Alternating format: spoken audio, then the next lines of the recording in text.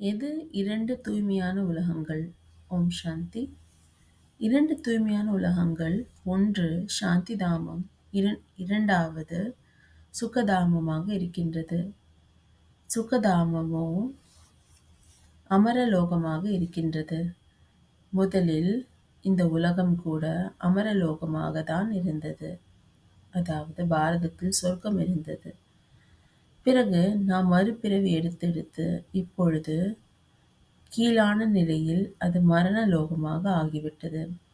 இப்பொழுது டாக்டர்கள் உயிருடன் இருப்பதற்காக எவ்வளவு மாத்திரைகளை கொடுத்து கொண்டிருக்கின்றார்கள் உயிருடன் இருப்பதற்காக. ஆனால் சத்யுகத்திலோ சொர்க்கத்திலோ நாம் வயதாகி விட்டதன் காரணமாக தானாகவே ஷரீரத்தை விடுகின்றார்கள்.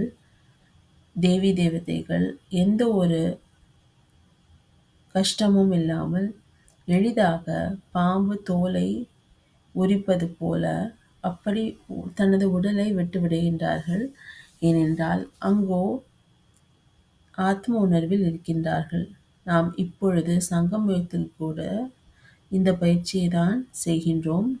இதன் தொடர்ச்சியாகத்தான் சத்யுகத்திலும் கூட ஆத்ம உணர்வில் இருப்பார்கள். இங்கே நாம் ஆத்ம உணர்வில் இருக்க வேண்டும்.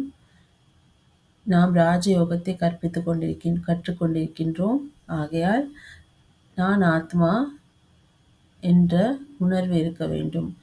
இதே உணர்வு தான் சத்யுகத்தில் தொடர்ச்சியாக வரும். அதன் மூலம்தான் அந்த உலகம் அமரலோகம் என்று சொல்லப்படுகின்றது. இதுவோ மரண லோகமாக சீச்சி உலகமாக இருக்கின்றது. மேலும் இந்த உலகத்திலிருந்து தந்தை நம்மை நமது இனிமையான அமைதியான வீட்டிற்கு அழைத்துச் செல்வதற்காக வந்திருக்கின்றார். அதுதான் சாந்தி தாமம். அதாவது நமது வீடுதான் சாந்தி தாமம் என்று சொல்லப்படுகிறது. அங்கே தூய்மையானால் தான் நாம் செல்ல முடியும். மேலும் அங்கே அமைதியும் இருக்கும். தூய்மையான அமைதியான உலகமாக இருக்கின்றது. அனைவரும் தூய்மையாக்கப்பட்டு பிராமணர்களோ தானாக தூய்மையாகிவிட்டு அந்த உலகத்திற்கு செல்வார்கள். அங்கே இருந்து இருப்பார்கள். ஆனால் நாமோ தந்தையின் குழந்தைகள் சொர்க்கவாசிகளாக விடுவோம். அதாவது வீட்டிலிருந்து சொர்க்கவாசிகளாக ஆகி அங்கே சென்று விடுகின்றோம். பின் நாடகம் திரும்பவும் ஆரம்பமாகின்றது. கல்பம் ஆரம்பமாகின்றது. ஆகையால் இரண்டு உலகங்கள் தூய்மையானவை. ஒன்று சாந்தி தாமம், இன்னொன்று சுகதாமமாக இருக்கின்றது. ஓம் சாந்தி.